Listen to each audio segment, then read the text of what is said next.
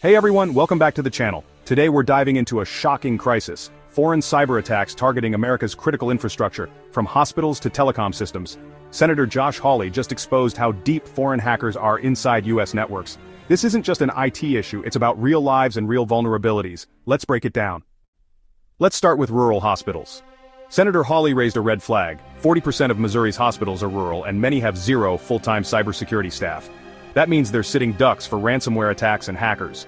Real people suffer, lives are disrupted, it's happening in communities across the country. We need solutions, fast. Senator Hawley. Thank you very much, Mr. Chairman.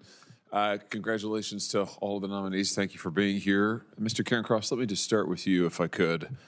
One of the most pressing, but I think also one of the most overlooked vulnerabilities when it comes to our national cybersecurity posture is the crisis facing our rural hospitals.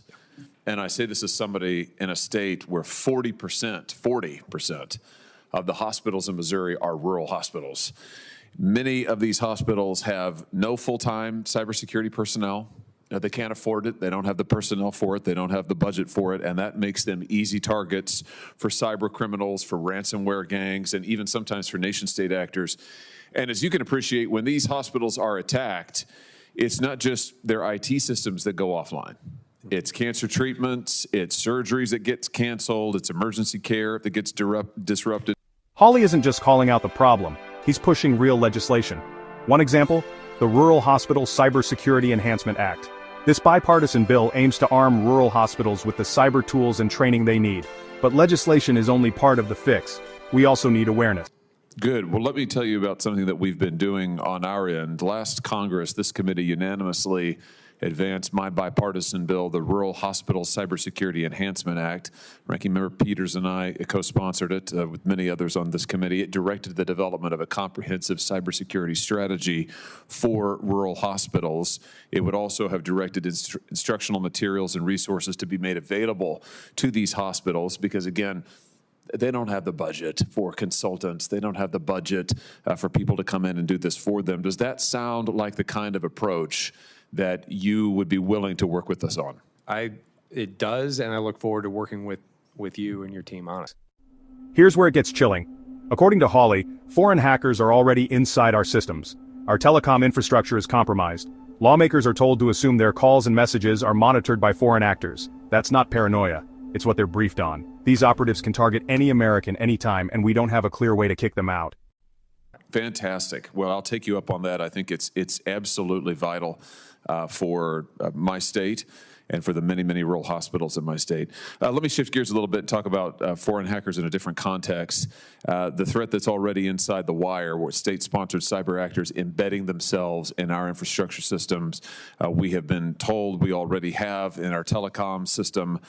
This is the Salt Typhoon issue. We already have hackers who are embedded. In your assessment, how vulnerable are our critical systems to these kind of state-sponsored infiltration campaigns? This isn't just about patching firewalls. As Hawley said, this is an operational national security threat. It needs a wartime mindset. The US government must stop being reactive and put foreign cyber adversaries on the defensive. Private companies, especially in telecom, need to be involved. The government has the intelligence and responsibility to lead. Most Americans don't even know this is happening. Let me just ask you about what can be done in the way of remediation, which is kind of a fancy word for kicking these foreign actors out of our telecom system. I don't think the American people realize, in fact, I'm sure they don't realize the extent to which our current telecom system has been deeply compromised. I mean, I'll just tell you, members of Congress were told a year ago now, not even a year ago, that we should just expect that our telephone conversations, any unencrypted text messages are being monitored. Don't even know this is happening. No one told them. Their data, calls, and messages could be monitored by foreign enemies. The truth belongs to the public, starting with videos like this.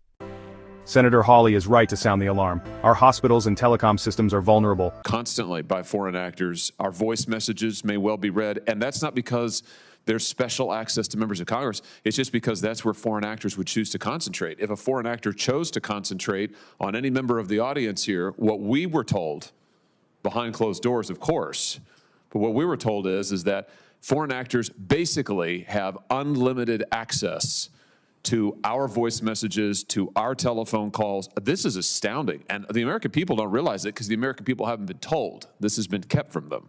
Most of the country has no idea, but you do now.